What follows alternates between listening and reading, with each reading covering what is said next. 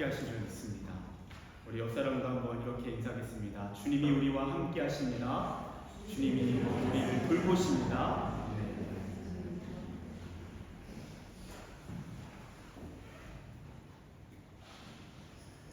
오늘 우리가 읽은 이 말씀의 부모는 마태에 대한 이야기입니다.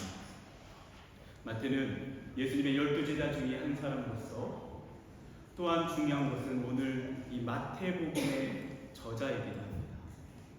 오늘 이 말씀이 긴 내용은 아니지만 더 우리에게 이렇게 관심을 끄는 이유는 마태복음의 저자인 마태가 조심스럽게 자신의 이야기를 시작하고 있기 때문입니다. 예수님과 자신의 첫 만남에 대해서 이야기합니다. 자신의 과거를 드러내던 마태는 부끄러운 자신의 과거를 이야기합니다. 그의 이름은 마태입니다.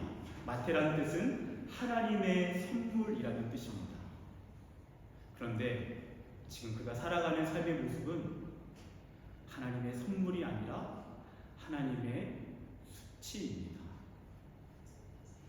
왜냐하면 그의 직업은 세리이기 때문입니다.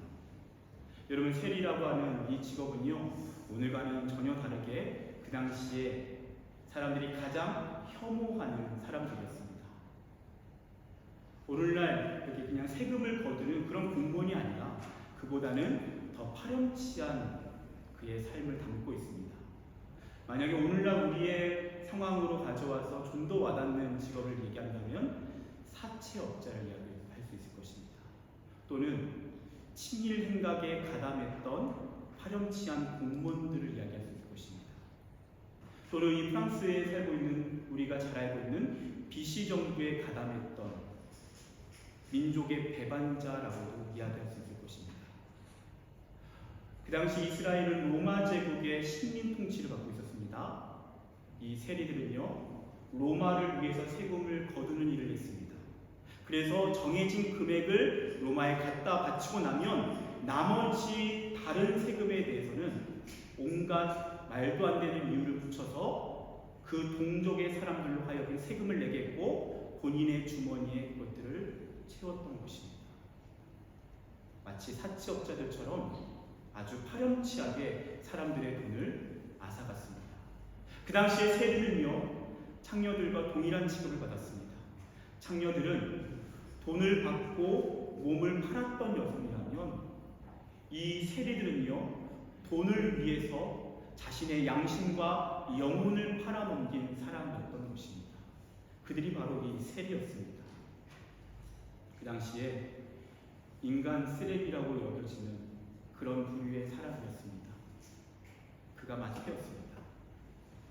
네, 오늘 말씀을 보십시오. 9절에 보면요, 예수님께서 그곳을 떠나 지나가시다가 마태라는 사람이 세간에 앉아있는 것을 보시고 라고 되어 있습니다. 여러분, 이 부분에서 그냥 예수님이 지나가시다가 우연히 마태를 보신 것으로 여겨질 수 있지만 여기서 보다라는 단어는 헬라어로 에이도라는 단어입니다. 이것은 그냥 한번 쓱 보는 것이 아닙니다. 주목하는 것입니다.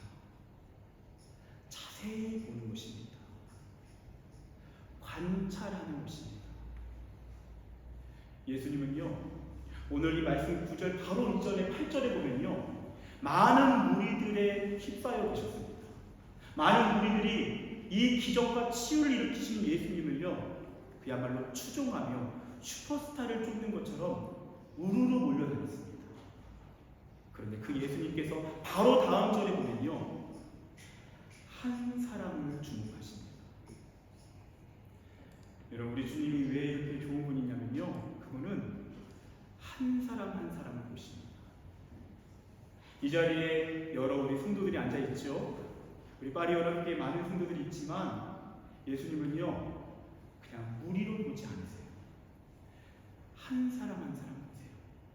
그분의 전지전능함을 통해서 여러분 한 사람 한 사람의 인격과 마음과 여러분의 사연과 여러분의 이름을 아세요. 그분이 우리 주님이신 거예요.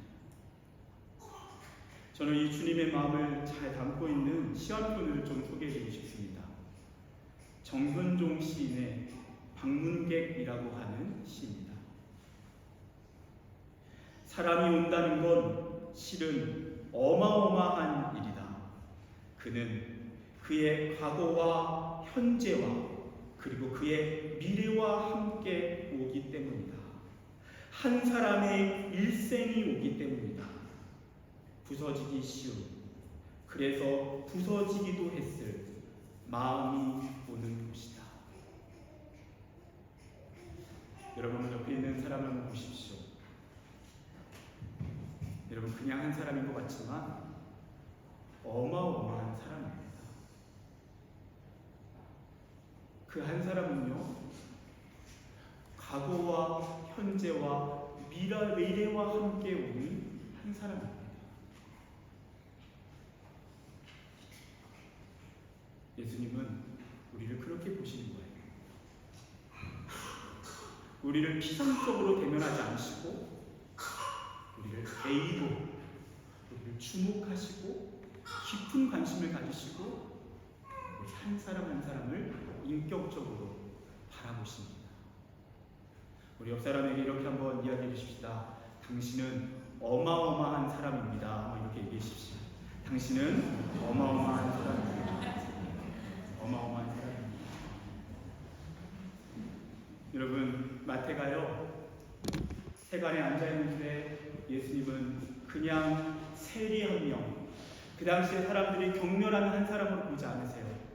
그 마태의 과거와 현재와 미래를 보십니다. 그의 마음을 아세요. 여러분 마태의 또 다른 이름은 레위입니다. 여러분 레위라고 하는 이름이 어떤 이름인지 아시죠? 레위 지파의 이름이잖아요. 레위 지파는 어떤 일을 하죠? 성전에서 하나님의 거룩한 제사를 돕는 일을 하는 사람들이에요.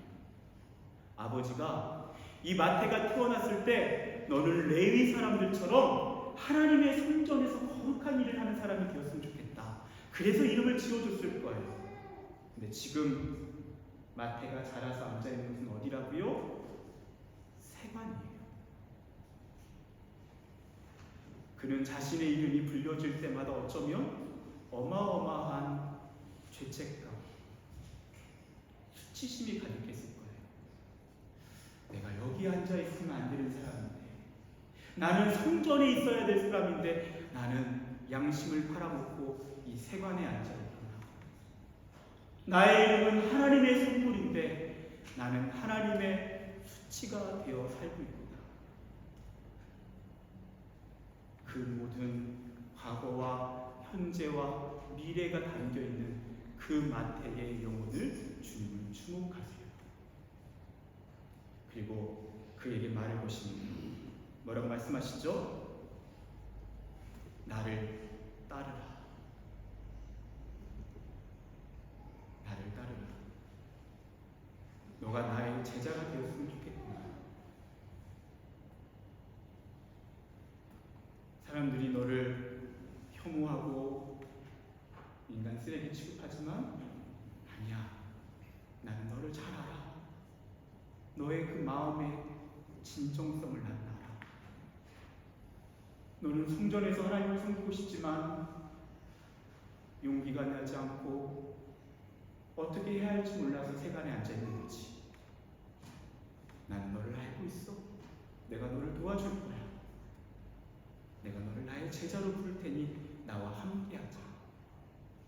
주님이 한 사람을 그렇게 부르시는 거예요. 사랑하는 여러분, 여러분에게 어떤 과거가 있습니까? 또는 이번 한 주간 어떻게 지내셨습니까? 여러분 안에 어떠한 죄책감이 있고 수치심이 있습니까? 여러분 하나님의 선물로 살아가야 될 사람이 한 주간 하나님의 수치로 살아갔다라는 이유 때문에 여러분 이 자리에 고개를 들지 못하고 있는 분이 있습니까? 여러분 말씀드리고 싶습니다. 여러분은 변함없이 하나님의 사랑입니다. 여러분 한 사람 한 사람의 그 사랑의 눈길로 주님은 주목하고 계십니다. 그래서 우리가 이 예수님의 마음을 알면 이렇게 찬양하게 됩니다. 내 이름 아시죠. 내 모든 생각도 내 흐르는 눈물 그가 닦아주셨죠. 함께 찬양합시다. 내 이름 아시죠? 내 이름 아시죠. 내 모든 생각도 내 흐르는 눈물 내 흐르는 그가 닦아주셨죠. 그가 닦아 다시 한번 오늘 말씀을 기억하며 내 이름 아시죠. 내 이름 아시죠. 내 모든 생각도 내 모든 생각도 내 흐르는 눈물 내 흐르는 눈물 그가 닦아주셨죠.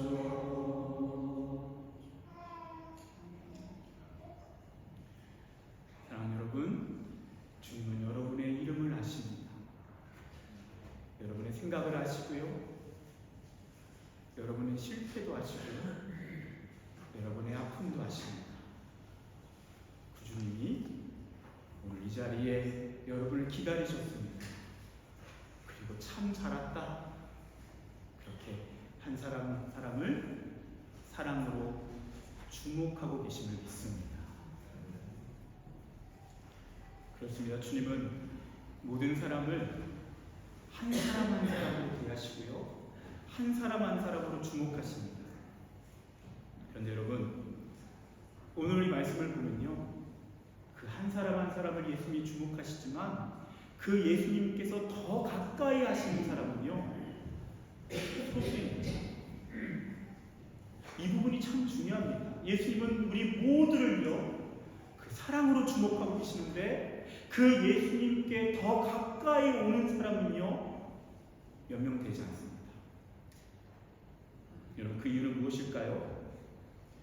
여러분, 오늘 말씀의 마태처럼요 나를 따르라 라고 말씀하시는 사람이 있고요, 그리고 어떤 사람은 오늘 말씀에 보면 예수님과 여전히 거리감을 좁히지 못하는 사람이 있습니다. 그 사람 누구입니까? 바리새인입니다.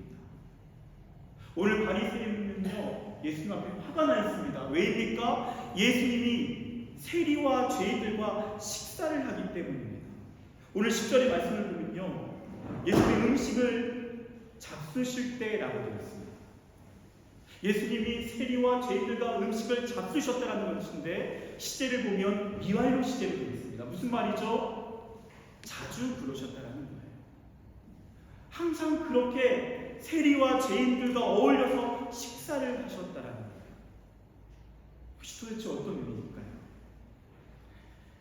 여러분, 그래서 바리새인들은요 불만인 거예요. 그 당시에 가장 더럽고 어쩌면 하나님의 말씀대로 살지 못하는 것 같은 사람들을 왜 예수님이 이렇게 선대하시는가, 그것이 그렇게 화가 났던 거예요. 예수님께 따지고 묻는 바리새인들을 향하여서 예수님 말씀하십니다. 12절과 13절에 뭐라고 말씀하십니까? 12절에는 먼저 건강한 자에게는 의사가 쓸데없고 병든 자에게라야 쓸데있느니라. 지금 예수님은요 이 세리와 죄인들이 병든 자라고 말씀하시면서 내가 의사야, 내가 그들과 함께 있어야 돼, 내가 그들을 고쳐줘야 해 라고 말씀하시는 거예요. 또한 13절에 뭐라고 말씀하십니까? 나는 의인을 부르러 온 것이 아니요 죄인을 부르러 왔노라. 여러분, 참 이상하게도요 예수님은 거룩한 분이시잖아요. 근데 더러운 죄인들을 부르러 왔다라고 하시는 거예요. 이건 너무 이상한 거예요. 여러분, 바리새인은요 오늘날로 따지면 종교 지도자, 저와 같은 목사들이에요. 얼마나 성경에 대해서도 잘 알고 다른 사람들보다는 더 기도도 많이 하고 더 종교적인 열심도 있는 사람이에요. 그런데 예수님은요, 그 바리새인과 가까이 있지 않으셨어요.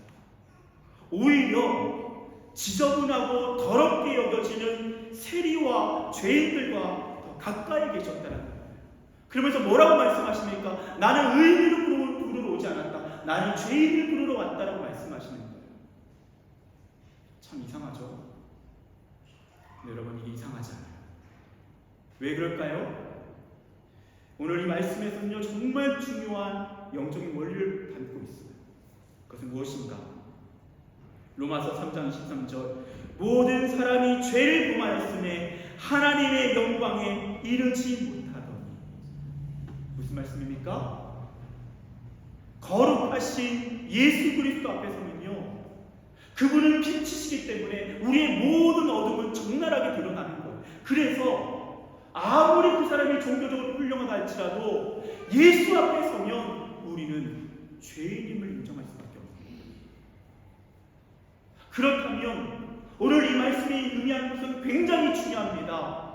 바리새인들은 그들은 의식적으로는 누구보다 깨끗했지만 실상은 예수님 앞에서 그렇지 못했다라는 거예요.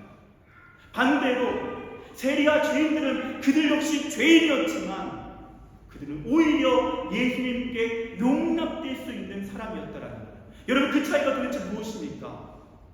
그 핵심은요, 바리새인들은 자신의 죄를 인정하지 못했고요, 그것들을 볼 수가 없었어요.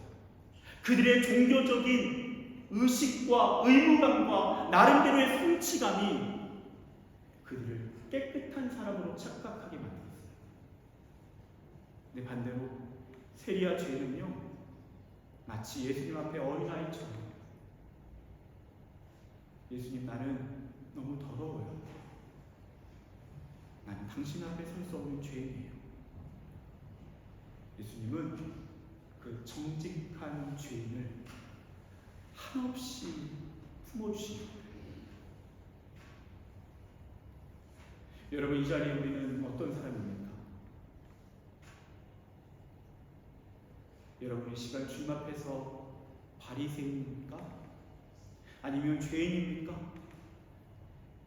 사실 저와 같은 목사가 이 바리새인의 입장에서 우리가 너무너무 쉬운 거예요. 저는 어쩔 수 없이 목사이기 때문에 더 말씀을 보고 더 기도하잖아요. 그래서 착각하는 거죠. 근데 그렇지 않은 거예요. 예수 그리스도 그분의 거룩한 임재 앞에 서면 그 어떤 사람도 감히 나는 의롭다라고 이야기할 수 없는 사람은 아무것도 없는 거예요. 아무도 없는 거예요. 모든 사람이 죄를 범하였음에 하나님의 영광에 이를 수 없는 거예요. 오직 주님의 그 사랑의 손길을 내밀어 그 손을 붙잡은 사람만이 그 예수님께 나아갈 수 있는 거죠. 여러분, 그렇다면 오늘 이 말씀 우리에게 참으로 역설적이지만 중요한 진실을 알려줍니다. 그것은 무엇입니까? 자신을 의인이라고 여기는 사람이 아니라 자신이 죄인이라고 인정하는 사람만이 예수님께 더 가까이 나갈 수 있습니다. 나는 회개할 것이 없는 깨끗한 사람이라고 생각하는 사람이 아니라 정말 누가 봐도 부끄러운 인생이지만 나는 당신께 회개할 수밖에 없는 죄인입니다. 그 회개하는 인생이 예수님께 더 가까이 갈 수 있는 마태와 같은 인생이라는 거예요. 여러분, 오늘날 우리는 교회를 다니면서 또는 신앙생활을 하면서 오늘날 20대의 현실을 잘 알고 있습니다. 그것은 무엇입니까? 오늘날 회개에 대한 메시지는 매력이 없습니다. 회개는 많은 사람들에게 거부감을 일으키고 왜 교회만 가면 계속 회개하라고 하느냐, 우리는 불쾌할 수 있고 기분 나쁠 수 있습니다. 그것이 오늘날 회개의 메시지가 강단에서 사라지고 있는 이유일 수 있습니다. 근데 여러분, 오늘 말씀을 보십시오. 회개야말로 가장 큰 은혜입니다. 회개할 때 예수님께 더 가까이 갈 수 있기 때문입니다. 회개하는 자만이 마태처럼 자신이 죄인임을 인정하고 가난한 심령으로 예수님 앞에 설 수 있는 사람만이 나를 따르라, 그 주님이 더 가까이 하게 하시는 은혜를 입는 사람이기 때문입니다. 여러분, 회개는요, 하나님이 우리에게 허락하신 복인 줄 믿습니다. 여러분 또한 왜 회개가 우리가 누릴 수 있는 복입니까? 마태복음 4장 17절에 회개하라, 천국이 가까이 왔느니라. 여러분, 이 말씀은요, 천국이 우리 가까이 와 있는데 그 천국을 열 수 있는 문은 회개라는 거예요. 왜 우리가 천국을 누리지 못하는가? 천국이 우리 가까이 와 있지만 왜 우리가 그 천국의 문을 열고 천국을 맞이하지 못하는가? 그 이유는 회개하지 않기 때문이다. 여러분, 우리가 회개할 때에 천국의 문이 열리는 줄 믿습니다. 천국이 우리의 삶 가운데 시작되는 줄 믿습니다. 회개가 하나님 주시는 복이랍니다. 여러분, 또한 회개할 때 어떤 복을 누립니까? 사도행전 2장 38절에 베드로가 이르되 너희가 회개하여 각각 예수 그리스도의 이름으로 세례를 받고 죄 사함을 받으라. 그리하면 성령의 선물을 받으리니. 여러분, 회개하는 사람은요, 하나님의 특별한 선물을 받습니다. 어떤 선물입니까? 성령의 선물을 받는 줄 믿습니다. 여러분, 이거 엄청난 거예요. 성령의 선물을 받는다는 건 어떤 겁니까? 삼위일체 하나님이신 성령께서 우리 인생 가운데 들어오시겠다. 하나님이 우리의 삶 가운데 영원히 함께 하시겠다라는 거예요. 여러분, 그 복이 어디서부터 시작된다고요? 회개로부터 시작되는 줄 믿습니다.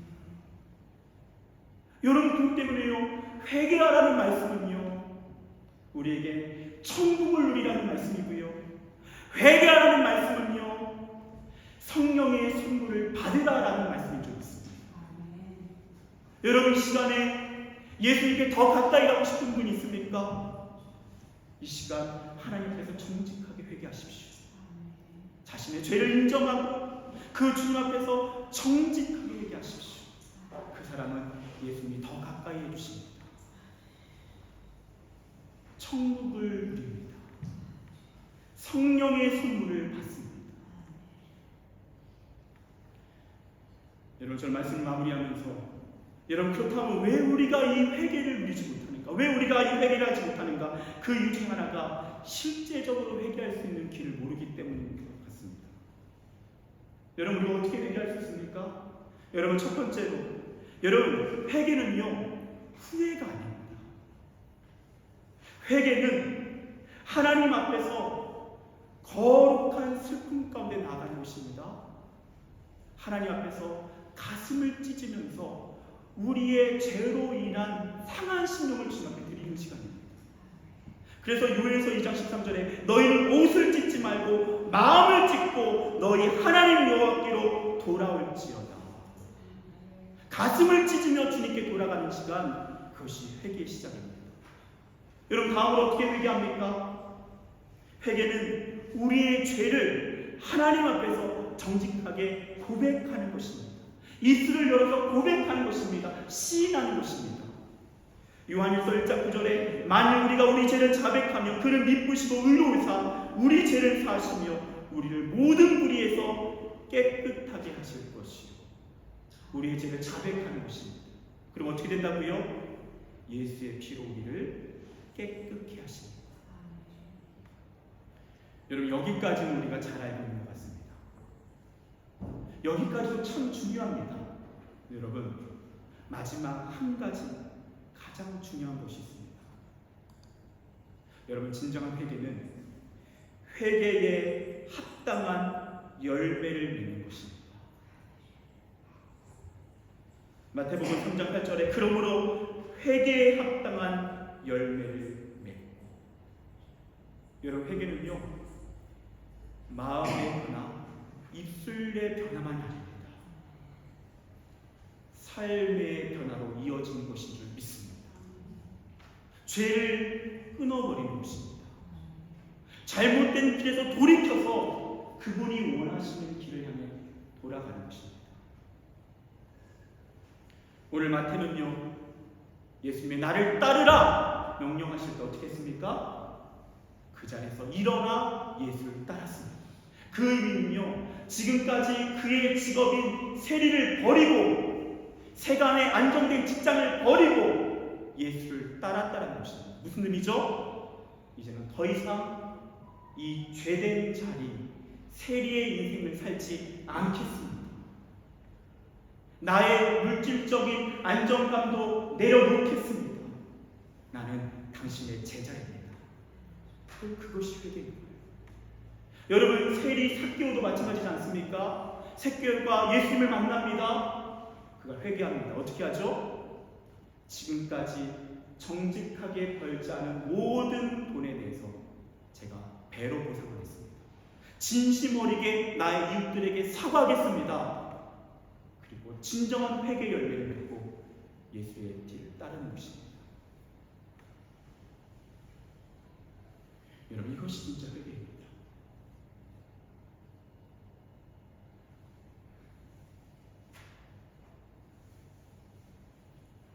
사랑하는 여러분, 주님이 이 자리는 여러분 한 사람 한 사람을 주고 가십니다. 그리고 그 중에서도 더 가까이 할 수 있는 한 사람의 길을 알려주십니다. 그 길은 마태처럼 자신의 죄를 철저히 인정하고 회개하여 예수를 따르는 것입니다. 세상과 양다리를 치지 않는 것입니다. 예수의 온전한 제자로 자신의 삶을 드리는 것입니다. 그렇게 마태와 같이 참된 회개의 삶으로 나아갈 때 주님께서 저와 여러분을 예수께로 더 가까이 이끌어 주실 줄 믿습니다. 기도합시다.